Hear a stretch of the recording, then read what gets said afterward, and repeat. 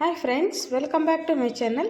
ನಾನು ನೋಡ್ರಿ ಇವತ್ತು ತುಂಬ ಸುಲಭವಾದ ಸರಳವಾದ ವಿಧಾನದಲ್ಲಿ ಯಾವುದೇ ಗಂಟುಗಳಿಲ್ಲದೆ ಇರೋ ರೀತಿ ಸೂಪರ್ ಟೇಸ್ಟಿ ಆದಂತಹ ಮುದ್ದೆ ರೆಸಿಪಿನ ನಿಮ್ಮ ಜೊತೆ ಶೇರ್ ಮಾಡ್ತಾ ಇದ್ದೀನಿ.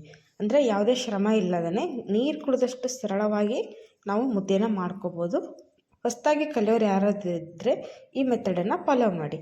ಹಾಗೆ ಏನಾದರೂ ವಿಡಿಯೋ ನಿಮಗೆ ಇಷ್ಟ ಅನಿಸಿದ್ರೆ ನಮ್ಮ ಚಾನಲ್ಗೆ ಸಬ್ಸ್ಕ್ರೈಬ್ ಮಾಡ್ಕೊಳ್ರಿ, ಬೆಲ್ ಐಕನ್ನ ಪ್ರೆಸ್ ಮಾಡಿ ವಿಡಿಯೋನ ಸ್ಕಿಪ್ ಮಾಡದೆ ನೋಡಿರಿ.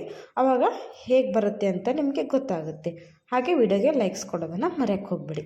ನೋಡಿರಿ, ಈ ಸುಲಭವಾದ ವಿಧಾನದಲ್ಲಿ ಮುದ್ದೆನ ಹೇಗೆ ಮಾಡ್ಕೋಬೋದು ಅಂತೇಳಿ. ಮುದ್ದೆ ಕೋಲ್ ಬೇಕಾಗೋದಿಲ್ಲ, ಒಂದು ಸೌಟಿಂದ ನಾವು ಈಸಿಯಾಗಿ ಮಾಡ್ಕೋಬೋದು. ನೋಡಿರಿ, ಈಗ ನಾನಿಲ್ಲಿ 1 ಕಪ್ಪಷ್ಟು ರಾಗಿ ಹಿಟ್ಟನ್ನು ತಗೊಂಡಿದ್ದೀನಿ. ರಾಗಿ ಮುದ್ದೆನ ಮಾಡಬೇಕಾದ್ರೆ ಯಾವಾಗಲೂ ರಾಗಿ ಹಿಟ್ಟನ್ನು ಜರಡಿ ಹಿಡಿದು ತೊಗೊಳ್ರಿ. ಆವಾಗ ಅದು ಏನಾಗುತ್ತೆ, ಗಟ್ಟಿಯಾಗಿದ್ದರೆ ಹಿಟ್ಟು ಗಂಟಾಗೋ ಚಾನ್ಸ್ ಇರುತ್ತೆ. ನೋಡಿರಿ, ಈ ರೀತಿ ಜರಡಿ ಹಿಡಿದು ತೊಗೊಂಡ್ರೆ ಮುದ್ದೆ ತುಂಬ ಚೆನ್ನಾಗಿ ಬರುತ್ತೆ, ಗಂಟುಗಳಾಗೋದಿಲ್ಲ. ಇದು ರಾಗಿ ಮುದ್ದೆಯಲ್ಲಿ ಒಂದು ಟಿಪ್ಸ್ ನಿಮಗೆ. ಈಗ ನೋಡಿರಿ, ನಾನು ಮುದ್ದೆ ಮಾಡೋದಕ್ಕೆ ಒಂದು ಪಾತ್ರೆನ ತೊಗೊಂಡಿದ್ದೀನಿ. ಸ್ವಲ್ಪ ದಪ್ಪ ತಳ ಇರುವಂಥ ಪಾತ್ರೆ ತೊಗೊಳ್ರಿ, ಯಾಕಂದರೆ ಹೊತ್ತೋಗೋ ಚಾನ್ಸಸ್ ಇರುತ್ತೆ ಒಂದೊಂದು ಸರಿ. ಈಗ ನೋಡಿರಿ, ಇದಕ್ಕೆ ನಾನು 1 ಗ್ಲಾಸಷ್ಟು ನೀರನ್ನು ಹಾಕಿದ್ದೀನಿ. ಆಮೇಲೆ ತಗೊಂಡಂತಹ ರಾಗಿ ಹಿಟ್ಟನ್ನು ಸಹಿತ ಇದಕ್ಕೆ ಹಾಕಿದ್ದೀನಿ. ನೋಡಿ, ಇದನ್ನು ಚೆನ್ನಾಗಿ ಕಲಿಸ್ಕೊಳ್ರಿ, ಗಂಟುಗಳಿರಬಾರ್ದು. ಫಸ್ಟು ನೀವು 1 ಗ್ಲಾಸ್ ನೀರು ಹಾಕಿ ಕಲಿಸ್ಕೊಳ್ರಿ. ಆಮೇಲೆ ನಾನು ನಿಮಗೆ ಯಾವ ಕನ್ಸಿಸ್ಟೆನ್ಸಿಯಲ್ಲಿ ನೀರನ್ನು ಕಲಿಸ್ಬೇಕು ಅಂತ ತೋರಿಸ್ತಾ ಇದ್ದೀನಿ.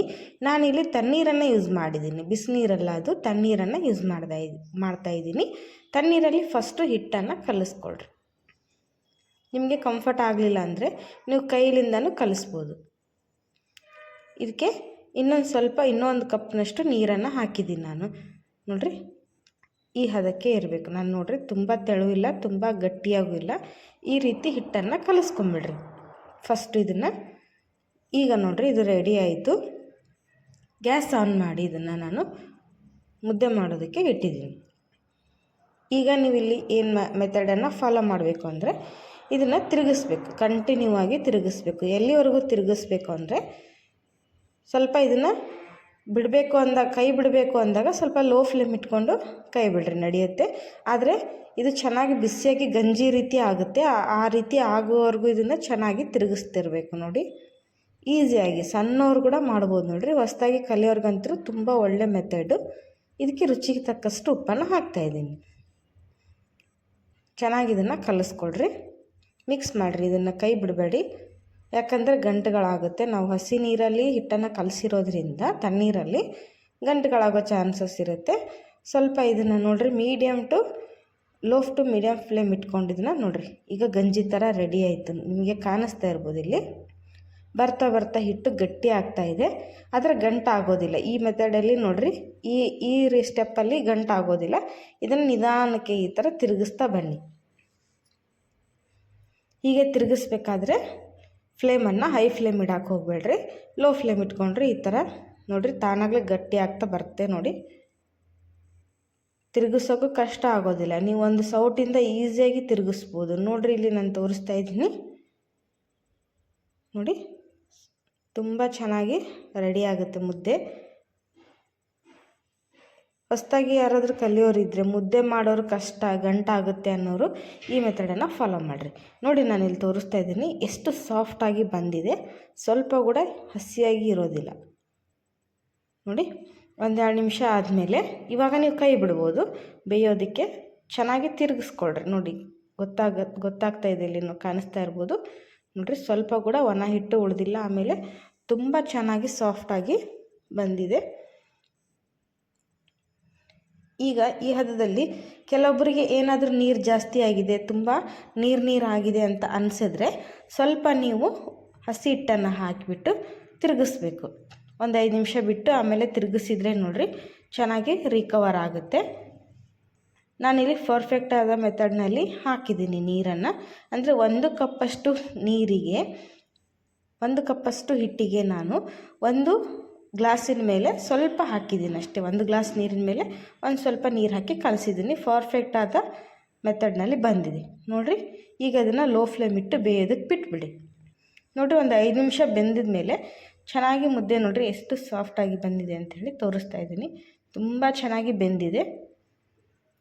ಒಂದು 5 ನಿಮಿಷ ನೀವು ಲೋ ಫ್ಲೇಮ್ ಇಟ್ಟು ಬಿಡಬೇಕು ಇದನ್ನು. ಆವಾಗ ಒಳಗಿಲ್ಲಿರುವಂಥ ಹಸಿ ಎಲ್ಲ ಅಂಶ ಬೆಂದುಬಿಟ್ಟು ಚೆನ್ನಾಗಿ ರೆಡಿ ಆಗುತ್ತೆ. ನೀವು ಫಸ್ಟ್ ಏನು ತಿರುಗಿಸ್ತಾ ಇರ್ತೀರೋ ನೀರಿದ್ದಾಗ ಆವಾಗಲೇ 1-2 ನಿಮಿಷ ನೀವು ಕೈ ಬಿಡಲಾರ್ದಂಗೆ ತಿರುಗಿಸ್ರಿ. ಈಗ ಇದನ್ನು 5 ನಿಮಿಷ ಲೋ ಫ್ಲೇಮ್ ಇಟ್ಟು ಇದನ್ನು ಕೆಳಗಿಳಿಸೋಣ. ಇಲ್ಲಿ ನೋಡಿರಿ, ಮುದ್ದೆ ತಟ್ಟೋದೇನು ಬೇಡ. ನಾನು ಇಲ್ಲೊಂದು ಬೌಲ್ ತೊಗೊಂಡಿದ್ದೀನಿ. ಇದಕ್ಕೆ ಒಂದು ಚಿಟಿಕೆ ಅಷ್ಟು ಎಣ್ಣೆ ಹಾಕಿರಿ. 1-2-3 ಹನಿ ಎಣ್ಣೆ ಹಾಕಿ ಇದನ್ನು ಚೆನ್ನಾಗಿ ಸವರ್ಕೊಂಬಿಡ್ರಿ ಬೌಲಿಗೆ. ಮುದ್ದೆ ಕಟ್ಟೋಕ್ಕೆ ಬರೋದಿಲ್ಲ ಅನ್ನೋರು ಈ ಮೆಥಡನ್ನು ಫಾಲೋ ಮಾಡಿರಿ. ಈಗ ನೋಡಿರಿ, ನಾವು ರೆಡಿ ಮಾಡ್ಕೊಂಡಂಥ ಮುದ್ದೆ ಸ್ವಲ್ಪ ನೋಡಿರಿ ಹೇಗೆ ಪರ್ಫೆಕ್ಟಾಗಿ ಬಂದಿದೆ ಅಂಥೇಳಿ. ನೋಡಿರಿ, ವಾವ್, ಸೂಪರಾಗಿ ಬಂದಿದೆ ನೋಡಿ.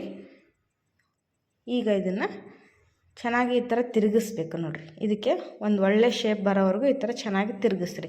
ನಾವು ಎಣ್ಣೆ ಹಚ್ಚಿರೋದ್ರಿಂದ ಅದೇನು ಬೌಲಿಗೆ ಅಂಟೋದಿಲ್ಲ, ತುಂಬ ಚೆನ್ನಾಗಿ ಬರುತ್ತೆ. ಈ ಥರ ಗಿರ ಅಂತ ತಿರುಗಿಸಿದ್ರೆ ನೋಡಿರಿ ಮುದ್ದೆ ಸೂಪರಾಗಿ ರೆಡಿಯಾಗುತ್ತೆ. ತುಂಬ ಬಿಸಿ ಇದೆ ನೋಡಿರಿ, ಯಾವುದೇ ಗಂಟುಗಳಿಲ್ಲ. ಬೆಣ್ಣೆ ರೀತಿ ಬಾಯಲ್ಲಿಟ್ಟರೆ ಕರಗುತ್ತೆ ನೋಡಿರಿ. ಅಷ್ಟು ಟೇಸ್ಟಿಯಾಗಿ ಅಷ್ಟು ಸಾಫ್ಟಾಗಿ ಬೆಂದಿದೆ. ಸ್ವಲ್ಪ ಕೂಡ ಒಂದು ಗಂಟು ಆಗಿಲ್ಲ ನೋಡಿರಿ.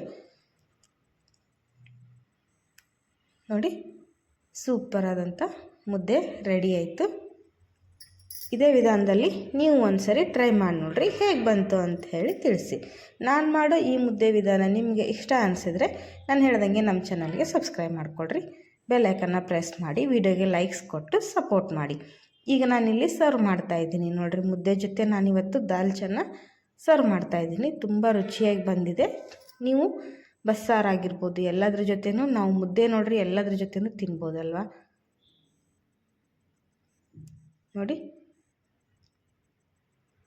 ನೋಡಿದ್ರೇ ಬಾಯಲ್ಲಿ ನೀರು ಬರ್ತಾಯಿದೆ. ತುಂಬ ಟೇಸ್ಟಿಯಾಗಿ ಬಂದಿದೆ ನೋಡಿರಿ. ನಾನು ಇಲ್ಲಿ ಟೇಸ್ಟ್ ಮಾಡಿ ತೋರಿಸ್ತಾ ಇದ್ದೀನಿ ಹೇಗೆ ಬಂದಿದೆ ಅಂಥೇಳಿ. ಸ್ವಲ್ಪ ನಿಂಬೆಹಣ್ಣು ಹಿಂಡಿಬಿಟ್ಟು, ನಿಂಬೆಹಣ್ಣು ಹಿಂಡಿದ್ರೆ ನೋಡಿರಿ ತುಂಬ ರುಚಿಯಾಗಿರುತ್ತೆ, ಹುಳಿಯಾಗಿ ಚೆನ್ನಾಗಿರುತ್ತೆ ನೋಡಿರಿ. ದಾಲ್ಚಾ ಕೂಡ ಸೂಪರಾಗಿ ರೆಡಿಯಾಗಿದೆ.